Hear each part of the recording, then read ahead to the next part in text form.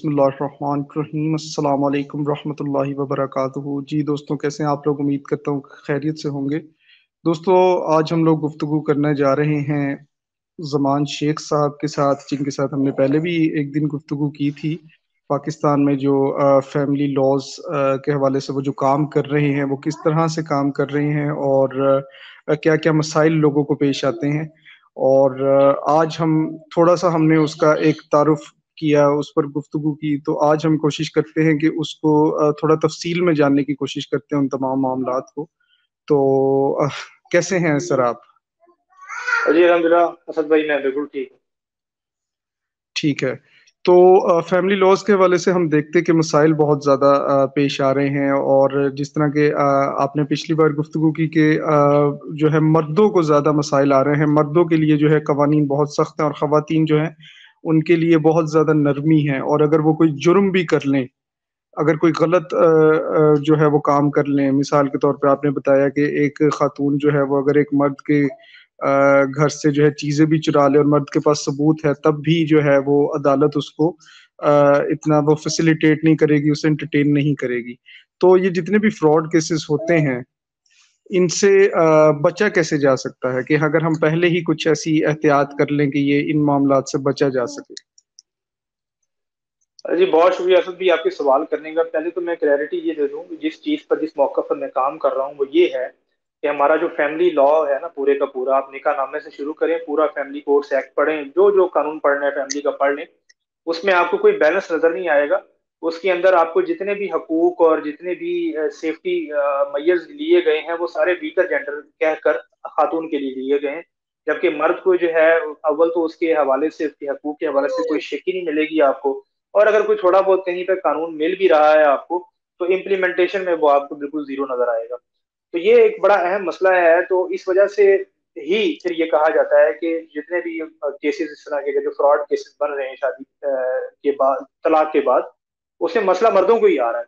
जाहिर है कि जब कानून है ही उनके खिलाफ जा रही हैं कुछ चीजें, मतलब कि खातून के पास जो हकूक हैं, वो दुनिया भर में तो ये होता है ना कि खातून के हकूक के निस्वा का मतलब ये है कि खातून को उसकी जात की हद तक हकूक दिए जाते हैं कि वो अपनी जात में आजाद है।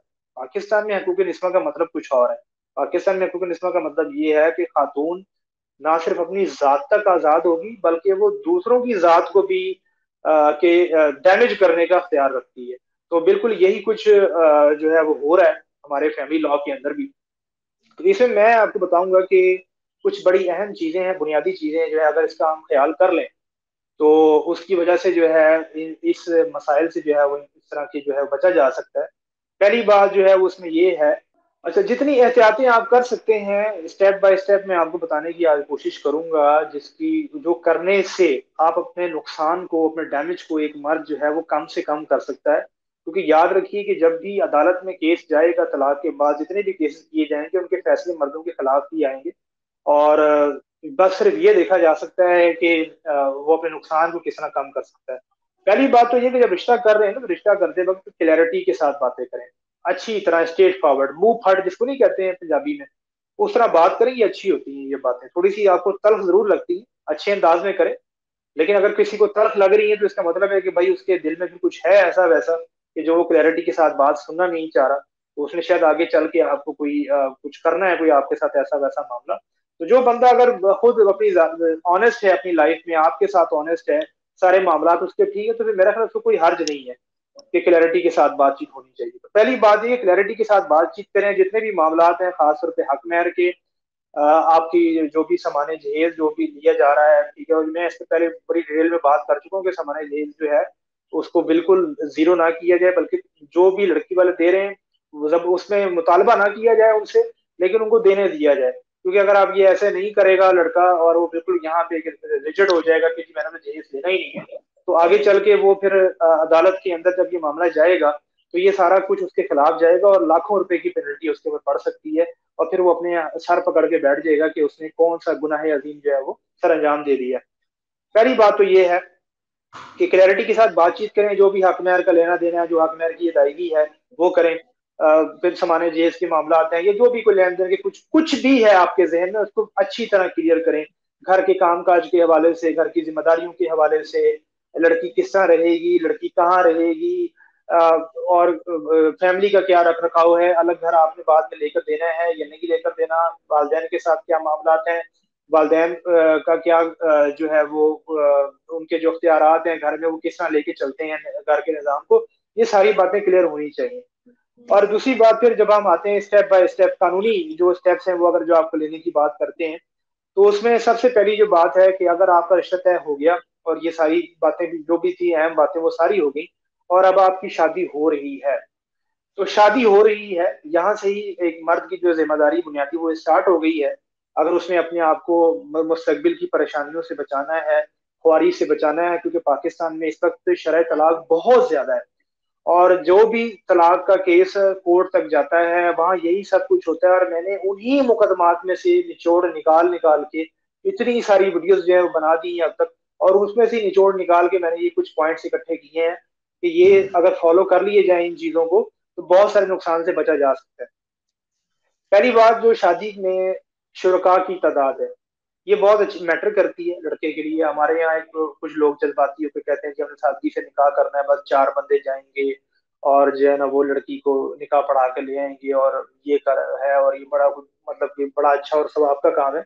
वो करते तो मेरे ख्याल अच्छी नीयत से ही है, लेकिन कानूनी तौर पर ये बहुत ज्यादा उनके लिए नुकसानदेह होती है। कल को जब मुकदमा जाता है ना कोर्ट के अंदर, तो वहां पर बड़ा इस हवाले से जो है वो लड़की वालों की तरफ से एक तो गलत बयानी की जाती है कि जी इनकी तरफ से तो इतने बंदे आए थे, हमने तो इतना खाना खिलाया, हमने तो इतने एक्सपेंस किए, वो सब चूंकि झूठ चल रहा होता है वहां पर, झूठ सुना जा रहा होता है, झूठ को एंटरटेन किया जा रहा होता है। तो मर्द की जो है ना वहां पर गवाही देने वाला कोई नहीं होता। तो कम से कम इतने बंदे जो है मर्द की तरफ से उसके फंक्शंस में शरीक होने चाहिए, उसके रिश्तेदार हों, उसके दोस्त अहबाब हों, स्पेशली दोस्त होने चाहिए इतने कि कल को अगर कोई मामला आता है, अदालत तक कोई मामला जाता है, तो उसकी गवाही देने के लिए तो कोई मामला कोई बंदा खड़ा होना कि हाँ भी उसके सामने ये सारा कुछ हुआ है, कि ये मामला था, ऐसे ऐसे हुआ था। तो जब आपकी तादाद ही नहीं होगी, आपके बंदे ही चार होंगे, वो भी आपके घर वाले होंगे, तो ये अदालत में जाके जो है वो मर्द के लिए बड़ा जो है ना एक बहुत नेगेटिव इम्पैक्ट डालेगा उसके केस के ऊपर। उसको झूठा जो है ना वो समझा जाएगा वो अपने केस के अंदर, बेशक उसके खिलाफ जो है वो कुछ साबित भी ना हो रहा हो, लेकिन ये एक अहम पॉइंट है। तो शुरा की इतनी तादाद लाजमी होनी चाहिए, खासकर दोस्तों की, जो कल को अगर कोई मसला मसाइल बन जाए तो कोई गवाही देने वाला तो हो ना भाई साथ। दूसरी बात है कि जी शादी ब्याह के मौके के ऊपर जितने भी जो भी इवेंट चल रहा है, जितनी देर का भी चल रहा है, जो जो एक्टिविटीज हो रही हैं, उस तमाम की वीडियो रिकॉर्डिंग जो है वो लड़के के पास मौजूद होनी चाहिए। सादगी में कुछ लोग बिल्कुल ही मतलब इन जब चार बंदे ही चार लेके जा रहे होते हैं तो वो इन चीजों का ख्याल नहीं रखते, और कोई रिकॉर्डिंग शिकॉर्डिंग भी नहीं होती उनके पास। जब कल कला को अदालत में मामला जाता है और बड़े बड़े इल्जाम लगते हैं कि जी शादी पे तो ये हुआ था, शादी पे ये दिया गया था, ये लिया गया था, तो चूंकि बंदे ही नहीं थे उसके पास तो वो कहाँ से दोस्तों को और गवाहियां लेकर आए, क्योंकि वो इस मामले में शरीक ही नहीं थे। तो इससे भी मर्द जो है ना वो झूठा पड़ता है अपने केस के अंदर।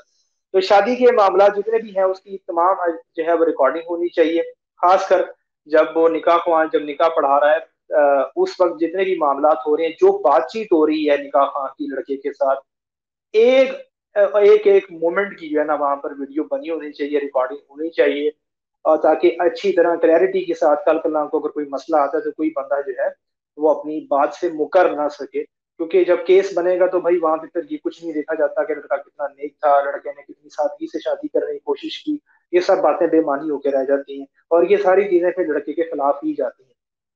किसी चीज हक में, देखिए जी हक महर जो है ना हमारे यहाँ एक ट्रेंड बना हुआ है उधार हक महर का। मतलब कि वो शादी के मौका के ऊपर ना वो बस है ही लड़के वाले जज्बाती हुए होते हैं, कुछ लड़की वाले भी थोड़ा सा कभी मुतालबा कर देते हैं। वो जनाब कोई मकान लिख के दे देता है, कोई जो है वो 5-6 तोला सोना लिख देता है, कोई वो क्या लिख देता है, कोई पता नहीं लाखों रुपए मालियत का हक महर लिख देता है, जो कि उसने भी अदा नहीं करना होता। और वो जनाब उसके मौजल यानी कि जो है जो फौरी वो दे रहा होता है, वो थोड़ी सी कोई अमाउंट होती है, और वो 5-10 हज़ार रुपया वो मौजल में लिखी जाती है, बाकी सारी गैर मौजल में यानी कि बाद में देगा, वो उधार डल गया। अब वो लड़की ब्याह के ले आया, अब लड़की किसी भी टाइम कोर्ट जा सकती है कि जी मेरा हक मेरा अदा किया जाए, और लड़के को वो अदा करना पड़ेगा हर हाल में, क्योंकि वो उसे निकाहनामे पे लिखा हुआ है, और वो इसके लिए तलाक होना जरूरी नहीं है, वो तलाक के बगैर भी जाके कोर्ट में केस कर सकती है और लड़के को अदा करना पड़ेगा। तो वो फिर बड़ी सख्त परेशानी आती है तो इस हवाले से फिर जाहिर सी बात, इसकी जो अदायगी में किसी किस्म की माफी नहीं है, ना कुछ चेंज हो सकता है। तो फिर जो है इसमें हक महर की जो अदायगी है, नगद तो नगद होनी चाहिए। बहुत बड़े बड़े हक महर देने की कोई जरूरत नहीं है। मामूली सा हक महर, क्योंकि आपने पहले से बातें की होंगी, जब आप क्लैरिटी रख देंगे पहले से कि भी हमने जो है हक महर ये देना है, बस ठीक है, इतना आपको हक महर दे देंगे, बस शादी के मौका के ऊपर बस अदा कर देंगे। कोई गैर मुअज्जल हक महर की कोई कमिटमेंट नहीं करनी, कोई मकान, कोई जायदाद, कुछ भी नहीं भाई, बिल्कुल साफ इनकार है जी। तो उससे जो है ना काफी आसानी होगी इस चीज पे। तो वो एक तो ये बात है कि हक महर की जो अदायगी है वो फौरी तौर पर होनी चाहिए, और बड़े हक महर लिखना और उधार हक महर मतलब फ्यूचर की कमिटमेंट करना, ये बहुत बड़ी हमाकत है। और जो हक महर लिखा अदा किया जा रहा है, वो बिल्कुल लड़का साइन करते वक्त बिल्कुल अच्छे तरीके से इसको देखे कि निकाह नामे के ऊपर हक महर के खाने में जो उसने मुअज्जल अदा किया है, वो अमाउंट लिखी गई है, वो रिसीव होगी लड़की वालों की तरफ से। और बाकी जो खाने हैं तमाम हक महर से मुतलिक, वो सारे क्रॉस कर दिए गए और उनमें कोई चीज नहीं डाली गई। इसके बाद एक चीज आती है ज्वेलरी की। ज्वेलरी का जनाब हमारे यहाँ काफी सारे मामला हैं। एक तो ये मामला है कि जनाब शादी के वक्त जो लड़के वाले चूंकि जज्बाती हुए होते हैं, और उन्होंने भी शायद कुछ दिखावा करना होता है वक्ती तौर पे, तो कि जी लोग देखें कि भी हमने अपनी जो है बहू को जो है वो इतना सोना डाला है, ठीक है। तो इस चक्रों में जनाब वो जज्बाती होके वो अच्छा खासा सोना जो है वो लड़की को पकड़ा देते हैं, हैंड ओवर कर देते हैं निकाह के वक्त। अब यहाँ पर क्या होता है कि मैक्सिमम केसेस के अंदर क्या होता है, लोग बेशक अपने निकाह नामे निकाल के खुद चेक कर लें, उसको उनके साथ भी ये हुआ होगा, मैक्सिमम लोगों के साथ हुआ होगा। वो क्या होता है कि जब वो सोना की अदायगी कर देते हैं, तो निकाह खान को बहुत अच्छे तरीके से ये बात पता होती है, और लड़की वालों को भी बड़ी अच्छी तरीके से ये बात पता होती है, क्योंकि निकाह खान यूजली उनकी तरफ से ही होता है, क्योंकि वो उनके इलाके में जाके निकाह हो रहा होता है ना लड़की वालों की। तो वो क्या करते हैं कि इंतहाई चालाकी के साथ उस सोने की अदायगी को, उस ज्वेलरी की अदायगी को आगे किसी उसमें एडजस्ट कर देते हैं हक महर के नीचे कहीं खाने में, कि जी ये दुल्हन की मिल्कियत है। इसका क्या मतलब है? इसका मतलब ये है कि भाई अब ये सोना चला गया दुल्हन की तरफ और ये बतौर तोहफे में गया है। हालांकि हमारे यहाँ लोग जो है उनको क्लैरिटी नहीं होती इस हवाले से, वो ये समझ रहे होते हैं कि ये भी हक महर की तरह ही हम दे रहे हैं, हक महर के साथ देने वाली चीज है, बतौर हक महर जो सोना है ये दे रहे हैं हम, तो ये भी हक महर की तरह ही वक़्त रखता है। जबकि ऐसा नहीं होता, वो तोहफे की कैटेगरी में चला जाता है। और जब वो तोहफे की कैटेगरी में चला जाता है तो वो फिर लाइफ टाइम वो लड़की की मलकियत है, और वो किसी भी सूरत में वो वापस नहीं आने वाला, और कानूनी तौर पर वो लड़का उसको वापस नहीं ले सकता, ना मुतालबा कर सकता है उस हवाले से। तो लोग क्या करते हैं कि ऐसे मौकों पर जिंदगी भर की जमा पूंजी, और चूंकि वो सासों का एक वो रवाज भी चलता रहा है, हम देते रहे हैं खुद भी ये काफी अपने बचपन से, कि उन्होंने जो उनको उनकी सास ने जो सोना डाला होता है वो भी उन्होंने रखा होता है, फिर कुछ उन्होंने नया बनाया होता है, वो सारे का सारा सोना उठा के अपनी बहू रानी को दे देती है कि जनाब अब ये इस घर की जो है ना वो नई मालकन है, तो अब ये हमारी जदी पुश्ती जो सोना जेवरात है ये इनके पास रहेंगे। तो ये भी बिल्कुल एक गलत बात है, और फिर इस तरह इसका आगे चल के नुकसान होता है। और अगर किसी को ज्वेलरी देने का है, वो चाहता है ज्वेलरी देना चाहता है, तो फिर बेहतर है कि ज्वेलरी जो है वो ना दी जाए, तो उसकी एवज जो है कोई रकम दे दी जाए, और उस रकम को या उस ज्वेलरी को जो भी है उसको हक महर के खाने में मुअज्जल जो अदा किया जाने वाला हक महर है उस खाने में लिखवाना चाहिए, निकाहनामे निकाह ख्वाह से कहकर। अगर उसने वो काट दिया है, जाहिर सी बात है जब उसने ये काम आपके साथ डालना होगा तो वो उसको आगे निकालेगा, उस खाने को वो उसको आगे से फिल करके पैसों की अदायगी आगे बढ़ जाएगा। आपने उसको टोकना है वहां पर। अगर उसने वो गलती कर दी, उसे को निकाहनामा दोबारा मंगवाओ कॉपी, ये गलती यहाँ पे बियरेबल नहीं है। वो कह रही है हम आपको स्टाम्प लिख देंगे, कुछ कर देंगे, किसी चीज की कोई वकत नहीं होती है आगे चल के, उसे कभी नहीं, ये तो बहुत बड़ी बात है। और या तो ठीक है, अगर ये नहीं ठीक हो सकता फिर हम सोना भी नहीं दे रहे। तो बड़ी क्लैरिटी के साथ जो है ये गलती नहीं करनी चाहिए, और इस हवाले से बहुत अच्छी तरह बाखबर रहना चाहिए। वैसे तो कोशिश यही करें कि सोना अव्वल तो दे ही ना फिजिकल फॉर्म में, अगर दे भी रहे हैं तो एक तो वो मुअज्जल हक महर की अदायगी में शामिल हो, और दूसरा उसके बस पैसे दिए जाएं जो लड़की के जाती बैंक अकाउंट में जाए, ताकि कल कला को अगर वो तनसीह निकाह के लिए अदालत में जाती है तो वहां जाकर जो है वो मुकर जाती है, अगर ये मुझे तो हक महर दिया ही नहीं गया, मेरी तो अदायगी हुई नहीं है। तो इस चीज सिचुएशन से बचा जा सके, क्योंकि फिर इस तरह के केसेस में फिर इसी तरह ही होता है, और आगे चल के इस चीज का बहुत ज्यादा फायदा उठाया जाता है। इसके बाद एक चीज है समाने जहेज। समाने जहेज में लड़की जो भी उसके वालिदैन की तरफ से आया दिया गया, वो जो भी लाई, उसकी एक लिस्ट होनी चाहिए। तो वैसे तो कानून में एक रिकमेंडेशन मौजूद है आज से 50 साल पहले, ये पता नहीं लोग इस पे अमल क्यों नहीं करते। जब मैंने थोड़ी तहकीक की तो मुझे पता चला कि जो है जहेज और तहफ़ रूसी पर पाबंदी का जब एक्ट आया था 1976 में, तो उसमें कुछ फॉर्म्स जो है वो सजेस्ट किए गए थे। उसमें एक फॉर्म था D1 फॉर्म। वो आपको मेरी ही वेबसाइट से, जो फैमिली लॉ हेल्प पाकिस्तान की वेबसाइट मैंने बनाई हुई है, उस पोर्टल पे जाके वहां से मिल जाएगा, और कहीं भी नहीं मिलेगा आपको, क्योंकि मेरी नजर में तो कहीं नहीं आया, मैंने बहुत ढूंढा था। वो मैंने ही उसका फॉर्मेट बना के, उसको दोबारा से उसका फॉर्मेट वगैरह टाइप करके, किताबों से मैंने पढ़ा था तो टाइप करके फिर मैंने उसको जाके है वहां पर अपलोड कर दिया है, ताकि वो फॉर्म वहां से नामे की तरह वो भी एक फॉर्म ही है, तो वो डाउनलोड किया जाए। और उसमें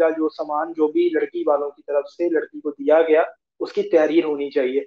फिर नीचे आके उसके तमाम जो है वो दस्तखत हो जाएंगे। जैसे निकाह खान जो है जब निकाह नामा फिल कर रहा है, तो वहां पर वो उस फॉर्म को भी उसी तरह ही फिल करेगा, उसकी भी उतनी कॉपी भी रखेगा।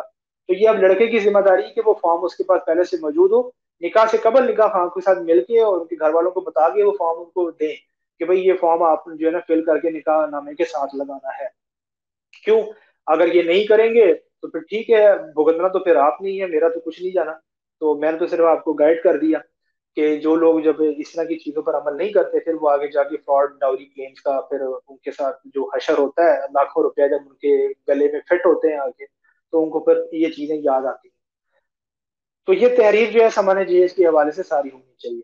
फिर जो है उसी तरह फॉर्म में एक D2 फॉर्म है, जो कि तहाइफ के मुतालिक है, जो लड़के वालों की तरफ से लड़की को दिए जा रहे हैं। अगर कोई चीज तोहफे में दी जा रही है, कोई घड़ी दी जा रही है, कोई और मामला किया जा रहा है, तो वो तोहफे में दी जाने वाली चीजों की लिस्ट जो है वो वहां पर होनी चाहिए।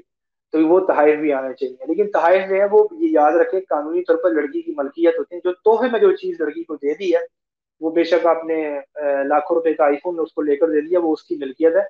अब वो लड़के के पास में लड़का उसको लेने का मजाज नहीं है और इसका मुतालबा करने का, चाहे वो तलाक देता है, चाहे वो तमसी के निकाह करवाती है। जो जो वैल्यूएबल चीज, लोग गाड़ी दे देते हैं भाई, पता नहीं क्या क्या दे देते हैं, लोग मकान गिफ्ट कर देते हैं, लोग प्लॉट गिफ्ट कर देते हैं। बस वो गया तो फिर वो अब मिल्कियत उसी की है जिसके पास वो चला गया। तो ये तोहफे के बारे में सीधा सीधा कानून है। फिर उसके बाद आते हैं शराइत निकाह नामा। निकाहनामे में जब आप आगे चलते हैं, हक महर की अदायगी और ये सारे मामला से जब आगे बढ़ते हैं, तो वहां पर शराइत का एक कॉलम आता है कि भाई आप यहाँ पे शर्तें लिखें। लड़की वाले वहां पर मुतालबा आपसे कर सकते हैं कि जी आप वो शर्त हमारी ये कि आप इतने हजार रुपये महीने का खर्चा इसका बांधें, या हमारी शर्त ये है कि तलाक दी तो तलाक देने की सूरत में 5 लाख रुपया आप हर जाना अदा करोगे। पता नहीं कौन कौन सी शराइत लड़की वालों ने सोची होती है। तो चूंकि शादी से पहले आपने क्लैरिटी के साथ बातचीत की होगी, तो वहीं पर ही आप इन चीजों को पहले क्लियर कर चुके हो कि भाई कोई शरायत शुरूत नहीं है। वो आप अगर कोई लड़की वाले कहते हैं जी हमारी लड़की की सेफ्टी हो जाएगी, कहें कि हमारी भी सेफ्टी है उतनी जितनी आपकी लड़की की है, उतनी ही हमारे लड़की की सेफ्टी भी अहम है। तो अगर लड़की को कोई मसला आता है, तो क्या मसला है, तो क्या सेफ्टी नहीं है उसकी, पहले ये भी तो बात सोचने वाली है ना। उसको खर्चा नहीं देता, उसको घर से निकाल देता है, और या उसको सामान्य जेल रख लेता है, या जो भी मामला हैं इसी तरह के मामला होंगे ना, तो वो उसके लिए तो कोर्ट में ऑलरेडी मौजूद है सारा कुछ। कुछ भी, मतलब कोई भी सिंगल मसला अगर लड़की के साथ होता है, तो कोर्ट में ऑलरेडी रिलीफ है उसके लिए, वो जाए कोर्ट में, कोर्ट उसको रिलीफ देगी। बल्कि उसको रिलीफ से ज्यादा बड़ा कुछ बोनस ही उसको मिलने के बड़े जो है वो रास्ते मौजूद हैं। उसके पास तो ये भी अख्तियार मौजूद है कि वो अपने सामान्य जहेज से 4 गुना जाके ज्यादा का क्लेम डाल दे। उसके पास ये भी अख्तियार मौजूद है कि लड़की की कमाई के हवाले से, जायदाद के हवाले से जाके झूठ बोले अदालत के अंदर, उसे तो कोई पूछता नहीं है। तो ये तो सारे अख्तियार उसके पास मौजूद है। तो शराइत का यहाँ पे जिक्र करने का कोई मकसद ही नहीं बनता। तो ऐसी कोई शर्त जो है वो नहीं लिखनी है, जितनी मर्जी लड़की पसंद हो। और उस वक्त तो जनाब जरूर में होते हैं हमारे मर्द हजरात, और वो फिर जब इन चीजों को तय कर देते हैं, लिख देते हैं, उनको बाद में जब उनके ऊपर छुरी चलती है ना, शादी के चंद माह बाद ही, फिर उनको एक एक बातें ये सारी याद आती हैं। बहरहाल, तो इस चीज से जब आप आगे निकले, तो फिर अब आपका निकाह हो गया, लड़की को घर ले आए। जब घर घर लड़की को घर ले आए, तो जाहिर है फिर उसको बीवी को कोई ना कोई खर्चा तो देना ही है ना मर्द ने, महीने का कोई पॉकेट मनी अगर वो दे रहा है। बाकी जो जितने भी मामला है ठीक है, वो घर में सारे सौदा सरफ ला रहा है, जो भी कर रहा है। लेकिन एक चीज है, खर्चा है, मेंटेनेंस है। तो उसमें लड़के को चाहिए कि वो रेगुलर दे रहा है, या कोई ये रेगुलर नहीं होता, कभी कितने दे दिए, कभी कितने दे दिए, जब इतना दिल किया भाई इतने शॉपिंग के लिए दे दिए, फलाने के लिए दे दिए। तो उसमें से कुछ अमाउंट का, चंद हजार रुपए की जो अमाउंट है, महीने में एक आधी बार, उसको वो उसके जाती इजी पैसा अकाउंट, लड़की का कुछ इस तरह जो है ना वॉलेट या उसके बैंक अकाउंट में ट्रांसफर कर दे, कुछ इस तरह का करे। जो मतलब कहने का ये है कि उसका उसके पास सबूत होना चाहिए, क्योंकि जब आगे कोर्ट में मामला जाएगा तो डेफिनेटली जो है वो ये होता है कि लड़की इनकार कर देती है साफ तौर पर कि मुझे तो ये खर्चा देता ही नहीं था, मुझे तो इसने आज तक एक पाई नहीं दी है। और फिर उसमें और बड़े मसाइल निकलते हैं आगे। गई होती है 2 महीने पहले, अदालत में जाकर दावा करती है 2 साल पहले इसने घर से निकाल दिया था और 2 साल से इसने मुझे एक पाई पैसा नहीं अदा किया। तो इस तरह के मामला से बचने के लिए फिर जरूरी है कि कोई ट्रांजेक्शन का प्रूफ होना चाहिए लड़की के पास, कि वो बीवी का खर्चा अदा करता रहा है। लेकिन थोड़ा बहुत होना चाहिए, कि थोड़ी अमाउंट्स का, लेकिन होना रेगुलर चाहिए। दूसरी बात यह है कि उसके बाद जो है वो जितने भी लड़की जो घर में आपकी जिंदगी गुजारने के लिए आई है, तो जाहिर सी बात है वो घर की चीजें भी इस्तेमाल कर रही है, सारे मामलात हैं, वो भी एक घर के फर्ज की तरह ही रह रही है जैसे नॉर्मली होता है। तो इस दौरान जो है लड़के को अपने तमाम तर डॉक्यूमेंट शादी से पहले जो है वो सारे इधर उधर कर देने चाहिए, मतलब उनको किसी महफूज मकाम पर पहुंचा देना चाहिए। बेशक अपनी वालदा के पास रखवा दे, अपनी बड़ी बहन के पास रखवा दे, मतलब घर के अंदर ही, मतलब अब वो रखवा दे किसी के पास, या कोई उसने कुछ और लॉकर का बंदोबस्त किया वो वहां रखे, लॉक में रखे उसे। जितने भी अहम डॉक्यूमेंट्स हैं, वो चाहे उसकी डिग्रीज हैं, वो चाहे उसके जॉब सर्टिफिकेट्स हैं, वो चाहे उसके वीजाज हैं, वो चाहे उसका पासपोर्ट है, जितने भी अहम डॉक्यूमेंट्स हैं, कोई रेंटल एग्रीमेंट है, कोई जमीन का सौदा किया था, या कोई भी इस तरह का डॉक्यूमेंट है, उसे बीवी की पहुंच से दूर रखे। क्योंकि फिर ये भी आगे चल के केसेस में आता है कि जब बेगम साहबा घर से अचानक किसी दिन चली जाती हैं, तो वो तमाम तरह के जो डॉक्यूमेंट्स हैं यूजली बीवियां समेट समूट के ले जाती हैं। उसकी एक तो वजह ये होती है कि मर्द को ख्वार किया जाए, उसको ज्यादा से ज्यादा जलील किया जाए और उसको प्रेशराइज किया जाए। और दूसरी चीज वजह जो है वो ये होती है कि ये डॉक्यूमेंट्स फिर आगे चल के इसमें टेम्परिंग की जाती है बकायदा, और फ्रॉड करके बकायदा ये मेंटेनेंस के केसेस के अंदर उन डॉक्यूमेंट्स को यूज किया जाता है लड़की को बहुत अमीर कबीर दिखाने के लिए, कि ये तो बहुत माल वाला है और इसलिए तो मुझे लाखों रुपए खर्चा में जो है वो देना इसके लिए मुमकिन है। तो वो ये सिचुएशन जाके आगे बनती है।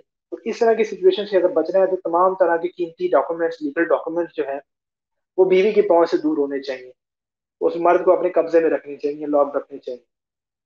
उसके बाद से जिंदगी गुजर रही है, अब जाहिर है शादी हुई है, अब बच्चों का कोई मामला होते हैं, तो प्रेगनेंसी हो गई, ठीक है, एचटी के मामला हैं, डॉक्टर्स के पास जा रहे हैं, चेकअप करवा रहे हैं। तो इस दौरान डॉक्टर्स जो है वो मेडिकल रिपोर्ट्स, जाहिर सी बात है वो जनरेट होती हैं, वो लिख कर देते हैं, नुस्खे लिख के देते हैं, ये मेडिसिन यूज करवाएं, ये अभी टाइम पीरियड चल रहा है उसके मुताबिक ये सब कुछ होगा। तो मर्द को ये चाहिए, शौहर की ये जिम्मेदारी है कि वो तमाम जो चीजें वो तो खुद खुद अदा कर ही रहा है, उसको जाहिर सी बात है वो उसकी उसके फराइज में शामिल है। लेकिन जो भी इसके डॉक्यूमेंट्स हैं, जचकी के जितने भी मामलात हैं, जो भी मेडिकल रिपोर्ट्स हैं, वो सारी उसको वो अपने जाती कब्जे में रखे, लॉक्ड रखे। और वैसे तो बीवी के पास तो जरूरत ही नहीं है उनके रहने की, और अगर बीवी के पास इतनी कोई अहम जरूरत भी है, अगर वो कहीं दूर रहता है, ठीक है, उसको कॉपीज फराहम कर दें, वो कॉपी से काम चलाए डॉक्टर के पास जाके। लेकिन जो ओरिजिनल डॉक्यूमेंट्स हैं वो लड़के के कब्जे में होने चाहिए, शौहर के कब्जे में होने चाहिए। क्योंकि जब इस तरह के मामला बनते हैं, तलाक के, अलहदगी के मामला बनते हैं, तो फिर ये देखा गया है कि वो छोटी मोटी प्रेगनेंसी तो वैसे ही उससे तो इनकार ही हो जाते हैं लड़की वाले, बिल्कुल इनकार कर देते हैं कि वो कोई है ही नहीं है, इसका कोई वजूद ही नहीं है, ऐसा तो कुछ हुआ ही नहीं है, ठीक है। तो वो फिर बड़ी दुश्वारी बनती है और मर्द के लिए बड़ा तकलीफ दे लम्हा होता है जब उसकी औलाद इस तरह जो है वो जाया कर दी जाती है। और जो है ना फिर वो उसके पास कोई हल नहीं होता, क्योंकि और दूसरी बात ये है कि मर्द के पास कोई राइट भी नहीं है कानूनी तौर पर कि अगर उसकी बीवी प्रेग्नेंट है तो वो अब, और अब उसके निकाह में भी है, अभी सारा कुछ है, कोई तलाक नहीं हुई, सिर्फ अलैदगी की बुनियाद पर वो अपने घर जाके बैठ गई किसी की वजह से, तो वो तो बेचारा इतनी हैसियत नहीं रखता कि वो अपनी औलाद की खबरगिरी के लिए ही उनसे रिपोर्ट्स मांग ले, लड़की वाले नहीं देंगे। और ना उसके पास कोई कानूनी ऐसा अख्तियार है कि वो अदालत में जाके कोई केस करेगा कि मुझे बाखबर रखा जाए, कुछ भी नहीं मिल रहा। इसके बाद से फिर जो है बच्चे की पैदाइश की मामला है, जब बच्चे की पैदाइश हो रही है तो जाहिर है किसी हॉस्पिटल में हो रही है, क्लिनिक पे हो रही है, जो भी मामला हैं, तो उस हवाले से जो भी उसके डिलीवरी हुई है, उस डिलीवरी बिल और उस डिलीवरी के जितने भी सबूत हैं, तमाम ओरिजिनल डॉक्यूमेंट्स जो हैं वो अगेन जो है वो शौहर के कब्जे में होने चाहिए, शौहर के पास होने चाहिए, ताकि कल को अगर अलैदगी का मामला बनता है तो आगे चलकर जो है वो इस चीज से भी इंकारी हो जाते हैं कि जी कोई डिलीवरी बिल तो इन्होंने अदा ही नहीं किया, ये तो बड़े लापरवाह लोग हैं जी, और ये तो लड़की वाले बेचारे अपनी बेटी की डिलीवरियां करवाते फिर रहे थे। तो इस तरह की बड़ी शर्मनाक बातें जो है, शर्मनाक इल्जाम लगाना एक मामूल की प्रैक्टिस है, अदालतों में हम रोजाना की बुनियादों पर देखते हैं। तो इस तरह की सिचुएशन से, इस तरह की जलालत से बचने के लिए जरूरी है कि वो डिलीवरी के जितने भी मामला हैं वो जो है वो मर्द के पास वो सारे ओरिजिनल डॉक्यूमेंट्स मौजूद हो। अब बच्चा पैदा हो गया, बच्चा जो है जैसे ही पैदा हुआ, जाहिर है उसके जितने भी मामला चल रहे हैं वो वक्त के साथ साथ उसने ग्रो भी तो करना है, उसकी जरूरतें हैं, जो भी मामला हैं वो तो ठीक है अपनी जगह पर। लेकिन इसके साथ जो बच्चे के कानूनी मामला हैं, उसकी पैदाइश के फौरी बाद उसके बाप को जो है उसकी कानूनी मामला जो है अच्छी तरीके से सीधे कर देने चाहिए, ताकि कल कला को जो है वो इस हवाले से भी उसे कोई दुश्वारी ना आए। मसलन कि बच्चा अगर पैदा हो गया है, तो आप सबसे पहली जिम्मेदारी बाप की ये है कि जो भी उसका नाम डिसाइड हुआ है वो फौरी जाकर बगैर वक्त जाया किए उसका बर्थ सर्टिफिकेट बनवाए। बर्थ सर्टिफिकेट के बाद वो फौरी नादरा पहुंचे और नादरा जाके जो है वहां से उसका फॉर्म बी बनवाए। फॉर्म बी के बाद फौरी तौर पर जो है वो उसका स्मार्ट कार्ड प्रोसेस करवाए, और उसका स्मार्ट कार्ड प्रोसेस करने के बाद बच्चे के उसके पासपोर्ट बनवा ले। कम अज कम पासपोर्ट यानी कि जो है उसके डॉक्यूमेंट उसके पास होना चाहिए, क्योंकि जब पासपोर्ट बनेगा तो जाहिर है निचले तमाम डॉक्यूमेंट्स भी बन जाएंगे। तो पासपोर्ट उसका लाजमी बनवाना चाहिए, क्योंकि जब पासपोर्ट बन जाएगा तो फिर उसका रिकॉर्ड है एक किस्म का वो पक्का हो गया है। अब वो रिकॉर्ड इतनी आसानी से वो उसको तब्दील करना, बाद में बच्चे के नाम को, बच्चे की शनाख्त को चेंज करना, बच्चे की तारीखी पैदाइश को चेंज करना, बच्चे की जाय पैदाइश को चेंज करना, ये सारे काम हो रहे हैं हमारे जो है ना फैमिली अदालतों के अंदर। इस तरह के फ्रॉड्स किए जा रहे हैं ख्वातीन की तरफ से। तो वो फिर बड़ी तकलीफ दे बात होती है। बाप को तो पाकिस्तान में इतना भी हक नहीं है कि वो उसके लास्ट नेम में वो अपना नाम भी लिखवा सके।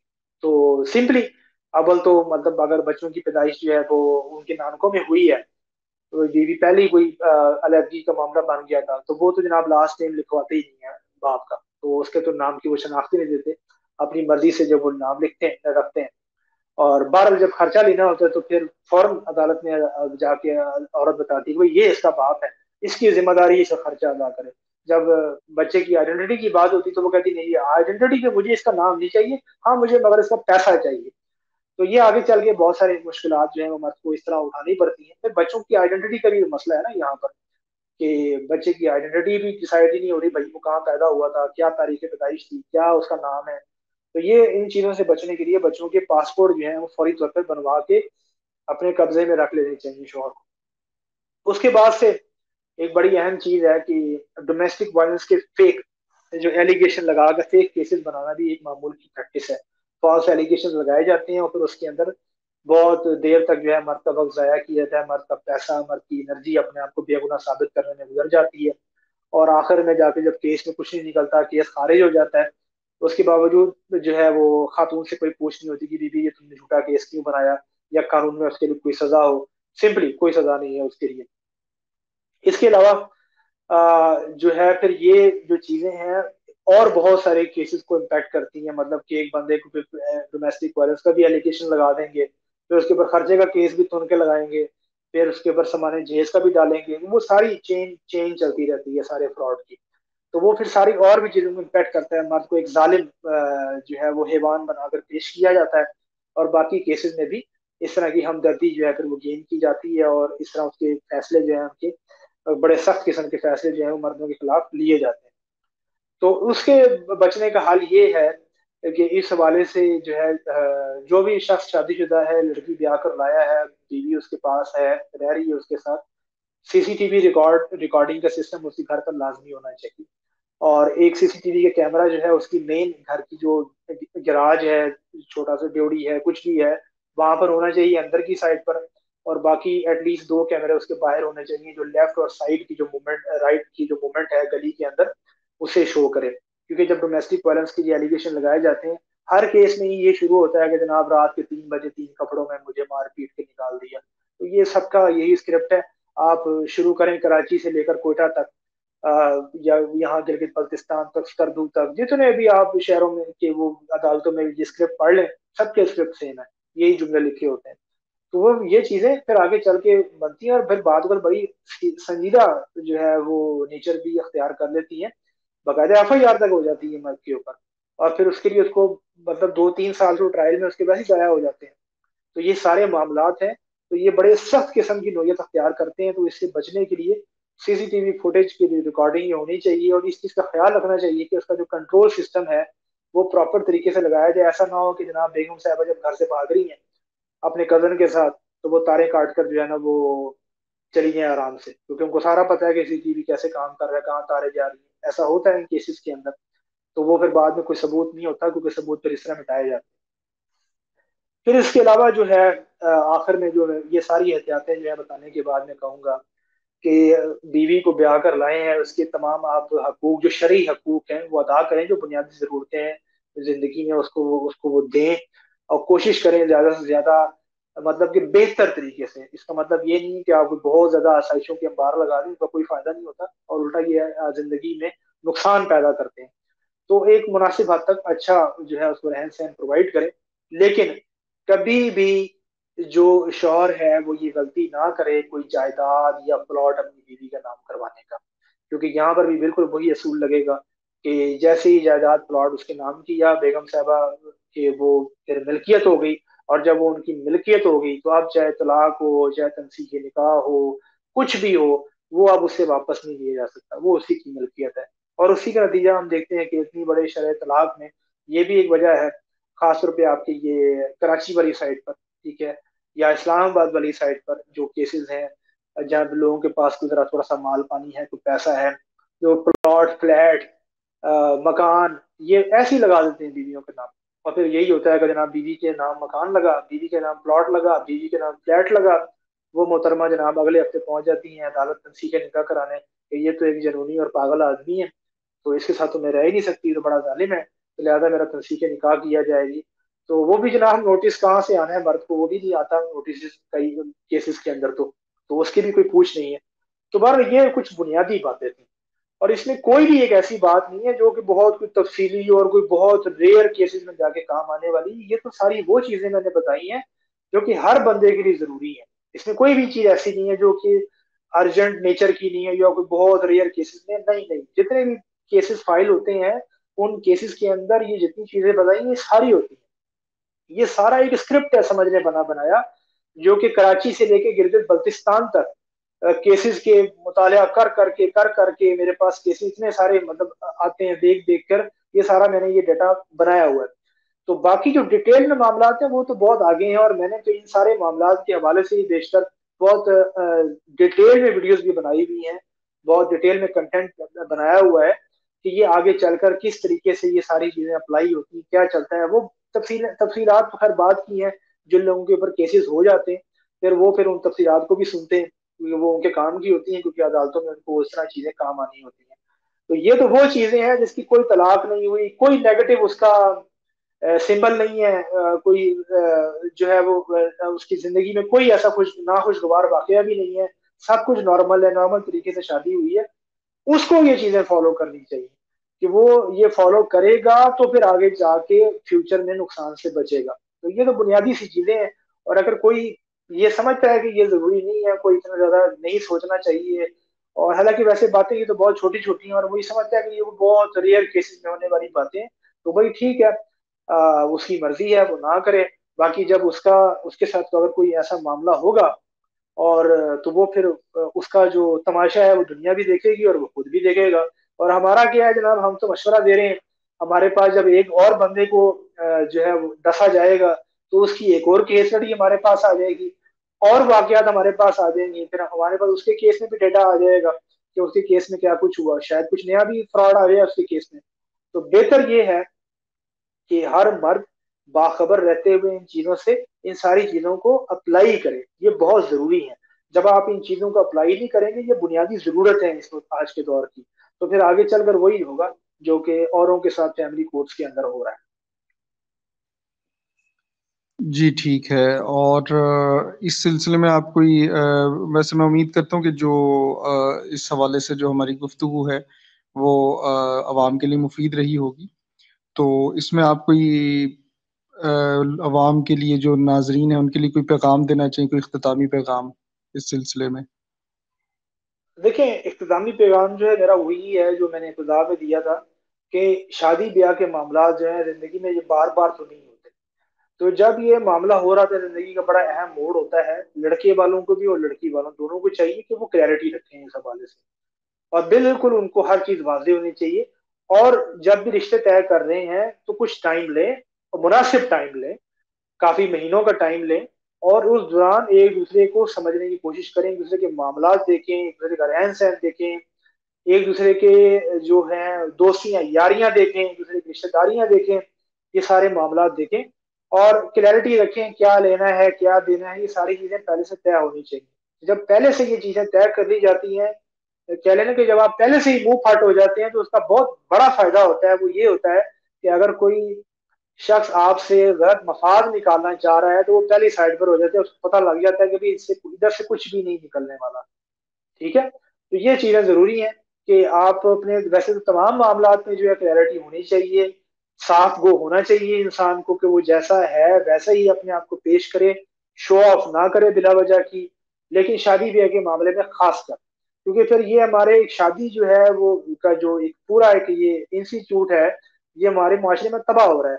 तो जब ये हमारे माशरे में पूरी तरह तबाह होकर रह जाएगा, तो हमारी जो जिंदगी है वो भी एक मशीनी बन जाएगी, और वो जो रूहानी पहलू है और जो एक खानदानी पहलू है हमारे माशरे में से, वो बिल्कुल ही खत्म होकर रह जाएगा। तो आप ये समझते हैं कि अगर ये एहतियात की जाए तो ये जो हमारा शादी का निज़ाम है, ख़ानदानी निज़ाम है, ये बचाया जा सकता है? जी बिल्कुल बचाया जा सकता है, और ये सब ने इंडिविजुअल एफर्ट करनी है। इसके लिए इज्तिमाई तौर पर कुछ नहीं हो सकता, क्योंकि इज्तिमाई तौर पर या रियासती तौर पर जो काम होने वाले थे वो मैंने आपको कवानीन का हाल बता दी है, वो आप बहुत अच्छी तरीके से, मेरी इस पर बहुत सारी तफसीली गुफ्तगू मौजूद है। तो हर शख्स अपनी जिंदगी को बचाने के लिए, और अपने इर्द गिर्द जो उसके क्लोज रिलेटिव्स हैं, जो जुड़े हुए उसके बहन भाई हैं, जो उसके साथ के लोग हैं, उनको बचाने के लिए तो स्टेप ले, क्योंकि हर बंदा इनफरादी तौर पर अगर स्टेप लेगा अपने आप को सेव करने के लिए, तो तभी जाकर ये कलेक्टिव अप्रोच बनेगी और पूरा मुआशरा बचेगा। अदरवाइज तो यहाँ पर कुछ नहीं होने लगा, सब कुछ ही बैठ जाएगा यहाँ पर। जी ठीक है सर, आपके कीमती वक्त का बहुत शुक्रिया, और जितने भी लोग देख रहे हैं उनके भी कीमती वक्त का बहुत शुक्रिया। अपना ख्याल रखिएगा। अल्लाह हाफिज।